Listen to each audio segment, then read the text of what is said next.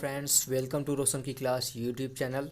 आप सभी का आज की इस वीडियो में एक बार फिर से बहुत बहुत स्वागत है।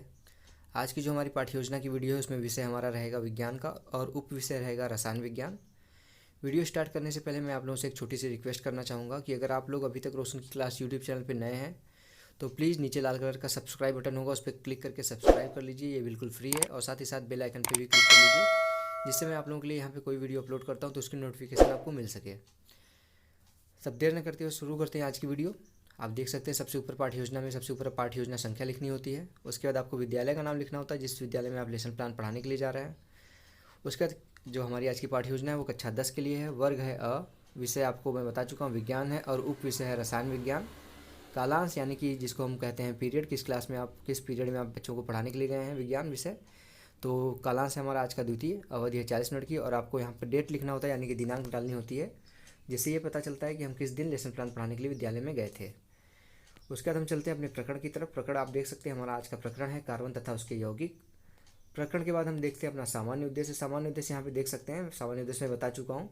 सामान्य उद्देश्य आपके जो विषय और उप विषय को पढ़ाने से बच्चों में किन किन चीज़ों का विकास होता है उससे रिलेटेड यहाँ पे पॉइंट वाइज लिखना होता है। और ये मिनिमम आप 3 से 4 पॉइंट लिख सकते हैं, मैक्सिमम 8 से 10 पॉइंट भी इसमें सामान्य उद्देश्य में लिखा जा सकता है। पहला पॉइंट यहाँ पे देख सकते हैं छात्रों में विज्ञान विषय के प्रति रुचि उत्पन्न करना। दूसरा पॉइंट है छात्रों में क्रमबद्धता की आदत का विकास करना। तीसरा यहाँ पे है सामान्य उद्देश्य का पॉइंट छात्रों में स्वावलंबन तथा आत्मनिर्भरता का विकास करना। चौथा पॉइंट है छात्रों में कार्य करके सीखने की भावना का विकास करना। उसके बाद हम चलते हैं अपने सामान्य उद्देश्य के 5वें पॉइंट की तरफ। यहाँ पे देख सकते हैं 5वां पॉइंट है छात्रों में वैज्ञानिक दृष्टिकोण का विकास करना।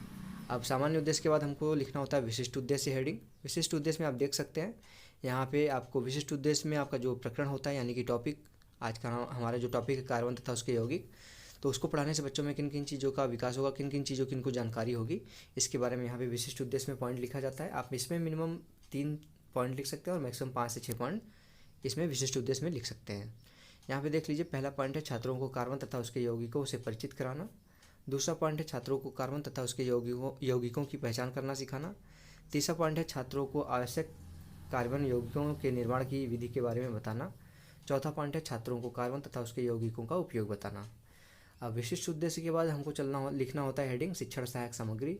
शिक्षण सहायक सामग्री में आप जैसे हेडिंग ही आपको पढ़ के समझ में आ गया होगा कि जो आज की 40-45 मिनट की क्लास होगी उसमें शिक्षण कार्य करते समय छात्राध्यापक को जिन जिन चीज़ों की सहायता लेनी पड़ती है वो सारी चीज़ें इस हेडिंग के अंतर्गत लिखी जाती हैं, जैसे चौक, डस्टर, लपेट, श्यामपट्ट, चार्ट, संकेतक आदि। ये सारी चीज़ें यहाँ पे लिखनी होती हैं शिक्षण सहायक सामग्री में। उसके बाद हमको लिखना होता है पूर्व ज्ञान हेडिंग। पूर्व ज्ञान में आपको लिखना है छात्रों को तत्वों की जो सामान्य जानकारी है।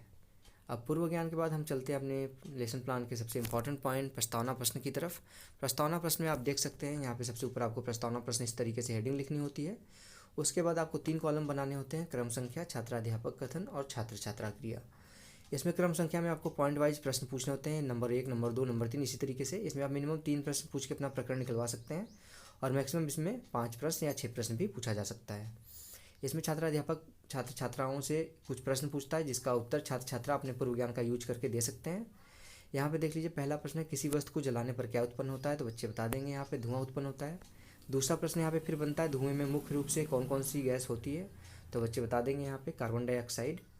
अब तीसरा प्रश्न यहाँ पे बनता है कार्बन डाइऑक्साइड में कौन कौन से तत्व उपस्थित होते हैं, तो बच्चे बता देंगे कार्बन होता है और ऑक्सीजन होता है। कार्बन को C से डिनोट करते हैं, ऑक्सीजन को O से डिनोट करते हैं।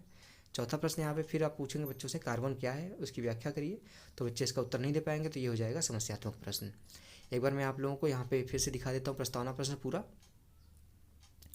क्योंकि आप लोगों को कभी काफ़ी लोग कहते हैं काफ़ी आप तेज़ी से वीडियो आगे बढ़ाते हैं, तो मैं अगर धीरे धीरे बताऊँगा तो ये वीडियो कम से कम 10 मिनट की ना हो कि 20 मिनट की हो जाएगी। मैं नहीं चाहता कि आप लोगों का ज़्यादा टाइम इसमें वेस्ट हो, इसलिए आप वीडियो को, अगर आप लोगों को लगे कि आगे चली जा रही है तो आप वीडियो को रोक लिया करिए, लिख लिया करिए, गलती मत किया करिए। उसके बाद लिखने के बाद फिर से प्ले कर दिया करिए। अब इसके बाद देखिए, प्रस्तावना प्रश्न लिखने के बाद हम चलते हैं अपने लेसन प्लान के उद्देश्य कथन की तरफ। उद्देश्य कथन में आपको लिखना है छात्रों, आज हम लोग विज्ञान नामक पाठ्य पुस्तक के कार्बन तथा उसके यौगिक नामक पाठ का अध्ययन करेंगे। अब उद्देश्य खत्म होने के बाद हमारा आता है यहाँ पे प्रस्तुतिकरण।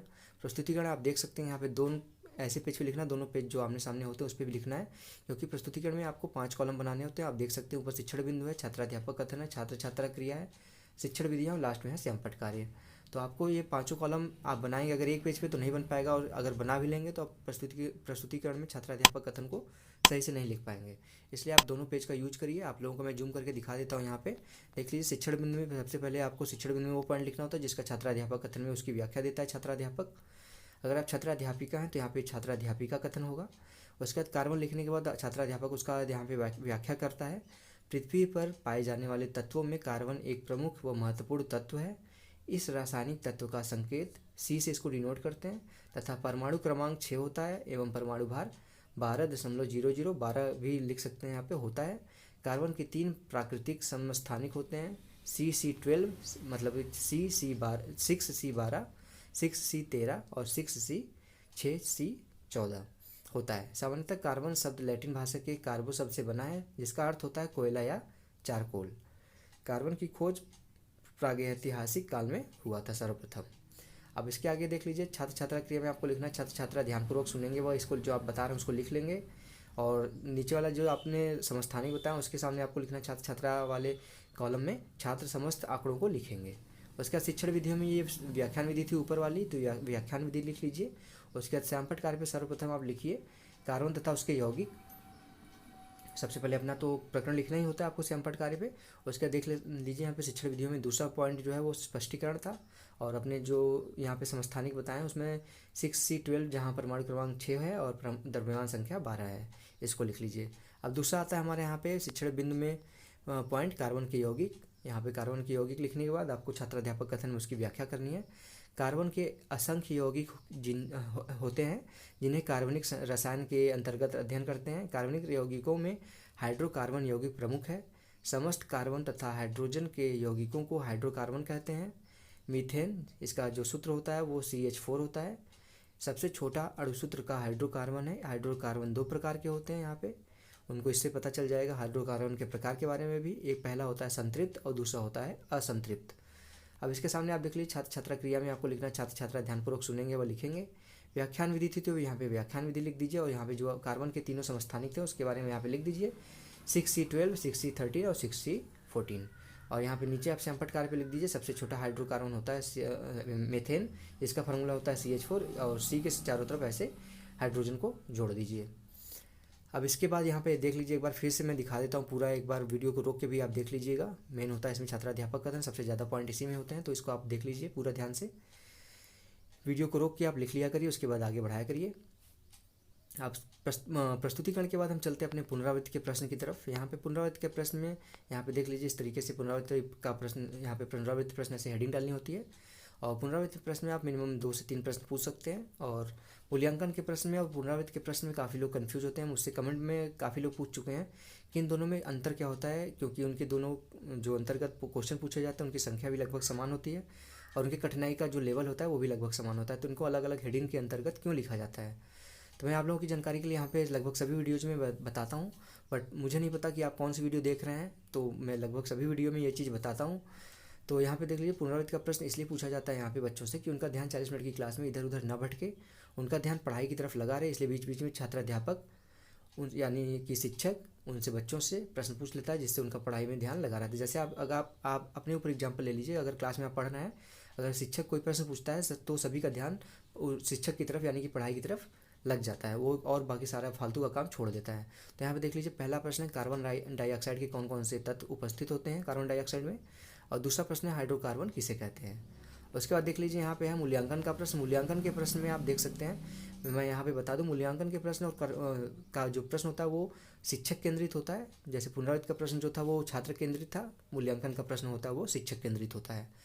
मूल्यांकन का प्रश्न यहाँ शिक्षक ही पूछता है बच्चों से ही, बट वो अपना मूल्यांकन करता है, जिससे उसको ये पता चलता है कि उसने जो प्रश्न आज की क्लास में 40 मिनट की क्लास में जो पाठ पढ़ाया है उसको बच्चे कितने अच्छे तरीके से समझ सकें हैं। अगर वो समझ जाएंगे तो उसके सभी प्रश्नों का उत्तर देंगे कुछ ना कुछ, अगर नहीं समझ पाएंगे तो किसी उसके प्रश्नों का उत्तर नहीं दे पाएंगे बच्चे। तो यहाँ पे देख लीजिए, यहाँ पे भी आप मिनिमम 2 से 3 प्रश्न पूछ सकते हैं, मैक्सिमम 4 से 5 प्रश्न इसमें भी पूछा जा सकता है। पहला प्रश्न है कार्बन का परमाणु क्रमांक कितना होता है, और दूसरा प्रश्न है किसी एक कार्बनिक यौगिक का नाम बताओ। अब मूल्यांकन के प्रश्न के बाद आता है हमारा गृह कार्य। गृह कार्य सभी को पता होगा, इसको इंग्लिश में होमवर्क कहते हैं, और सभी को पता होगा ये बच्चों को काम दिया जाता है घर से करके लाने के लिए। तो यहाँ पे बच्चों को बोल दीजिए कि मैं आप लोगों को अब आज की पाठ जो पढ़ाने के बाद कुछ प्रश्न दूंगा, उसको आप लोग कल की क्लास में लिख के ले आइएगा, या फिर याद करने के लिए अगर कुछ काम दे रहे हैं तो याद करके ले आइएगा। तो यहाँ पे देख लीजिए, आप यहाँ पे भी आप 2 से 3 प्रश्न जिस हिसाब से आपने 40 मिनट की क्लास में पढ़ाया होगा उस हिसाब से यहाँ पे प्रश्न दे सकते हैं बच्चों को। यहाँ पे देख लीजिए 2 प्रश्न दिया गया है, कार्बन यौगिक किसे कहते हैं, कार्बनिक यौगिक किसे कहते हैं, और दूसरा प्रश्न है कार्बन का प्रयोग सर्वप्रथम किस समय हुआ था। तो ये गृह कार्य समाप्त होने के बाद हमारा लेसन प्लान भी यहाँ पे समाप्त हो जाता है। आशा करता हूँ आज की वीडियो जो पाठ्य योजना की थी ये आपको बहुत पसंद आई होगी। अगर पसंद आई हो तो प्लीज़ इस वीडियो को लाइक कर दिया करिए, जिससे मुझे पता चल सके कि मेरी जो वीडियो बनाई जा रही है वो आप लोगों को हेल्प कर रही है कि नहीं कर रही है, अच्छी लग रही है कि नहीं लग रही है। तो लाइक ज़रूर किया करिए, जिससे मुझे ही मोटिवेशन मिल सके, मैं आप लोगों के लिए और अच्छी वीडियो रेगुलर बेसिस पे यहाँ पे ला सकूँ। और इस वीडियो को अपने दोस्तों के साथ भी शेयर किया करिए, जिससे उनकी भी कुछ हेल्प हो सके, उनकी भी कुछ सहायता हो सके। और चाहे जिस माध्यम से इस वीडियो के लिंक को व्हाट्सएप के जरिए या फेसबुक के जरिए किसी भी माध्यम से आप उनके साथ शेयर कर सकते हैं, या बोल सकते हैं कि रोशन की क्लास यूट्यूब चैनल को सब्सक्राइब कर ले, और जिससे उनको लेसन प्लान बनाने में कोई भी दिक्कत नहीं आएगी फ्यूचर में। तो दोस्तों, अगर आप लोगों को किसी भी लेसन प्लान की ज़रूरत हो तो मुझे कमेंट बॉक्स में ज़रूर बताया करिए, मैं उसको पूरा ज़रूर करूँगा। आप लोगों की सभी रिक्वेस्ट को पूरा करने की कोशिश करता हूँ। और इसी के साथ मिलते हैं अपने नेक्स्ट वीडियो में, तब तक के लिए दोस्तों।